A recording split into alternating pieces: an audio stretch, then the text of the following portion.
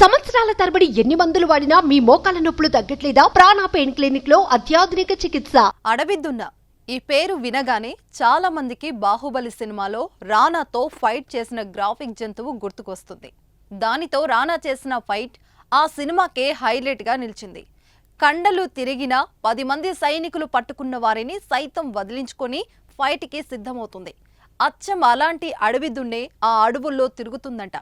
బాహుబలి సినిమాలో గ్రాఫిక్స్ లో కనిపించిన అడవిదున్నును కల్లారా చూసేందుకు పర్యాటకులు క్యూ కడుతున్నారు. ఇంతకీ ఆ అడవి ఎక్కడ ఉందో తెలుసుకుందాం.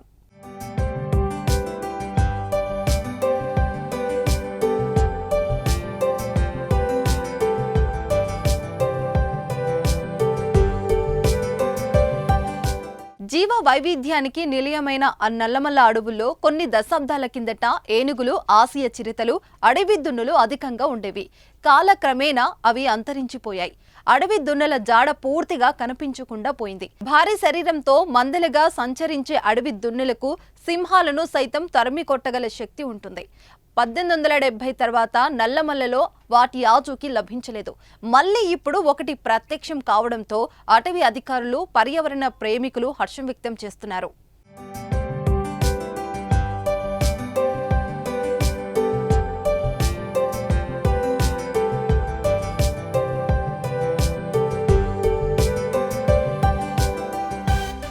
నల్లమల్ల అడవిలోని వెలుగోడు రేంజ్లో అడవి దున్ను సంచరిస్తున్నట్లు అధికారులు గుర్తించారు. అప్పట్లో వాట్సాప్ గ్రూపులో వైరల్ అయింది.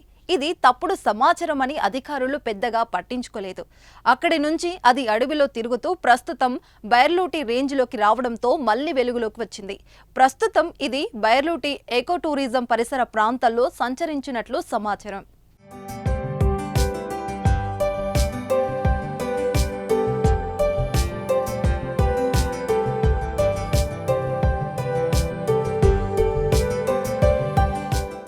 గతంలో నల్లమల్ల అడవిలో 1870కి ముందు అడవి దున్నులు వేల సంఖ్యలో ఉండేవని వినికిడి.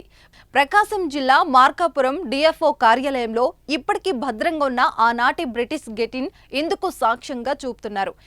ఇండియన్ బైసన్ గా గుర్తింపు పొందినవి 7 అడుగుల ఎత్తు, 10 అడుగుల పొడవైన భారీ శరీరంతో ఒక్కొక్కటి 800 నుంచి 1000 కిలోల వరకు బరువు ఉంటాయంట. 5 నుంచి 20 వరకు మందులుగా ఏర్పడి సంచరిస్తుంటాయి. నల్లమల్లలో విస్తారమైన గడ్డి మైదానాలు, వెదురు సంపద ఉన్న హఠాత్తుగా ఇవి అంతరించిపోవడానికి కారణాలు మాత్రం అంతు చిక్కడం లేదు. 19వ శతాబ్దం వరకు నల్లమల్లలో సందడి చేసిన దున్నులు 20వ శతాబ్దంలో ఎలా కనుమరుగయ్యాయో అనేది ఇప్పటికీ అధికారులకు అర్థం కాని ప్రశ్నగా మారిపోయింది.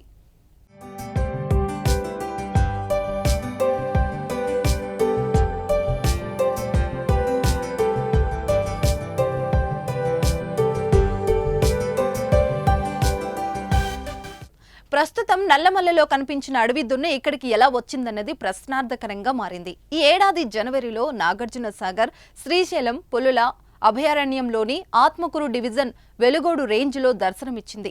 మళ్లీ ఏప్రిల్, మే, జూన్ నెలలో అటవీ సిబ్బందికి కనిపించింది. ఈ నెల 23వ తేదీ నుంచి బైర్లూటి రేంజ్లో సంచరిస్తోంది. కర్ణాటకలోని పశ్చిమ కనుమల్లలో తిరగాడని అటవీ దున్నులు 100 కిలోమీటర్లు ప్రయాణించి ఇక్కడికి చేరుకుని ఉండవచ్చని భావిస్తున్నారు. ఏది ఏమైనా అంతరించిపోయిన అడవి దున్నులు మళ్లీ కనువిందు చేయడంతో జంతు ప్రేమికులు సంతోషం వ్యక్తం చేస్తున్నారు.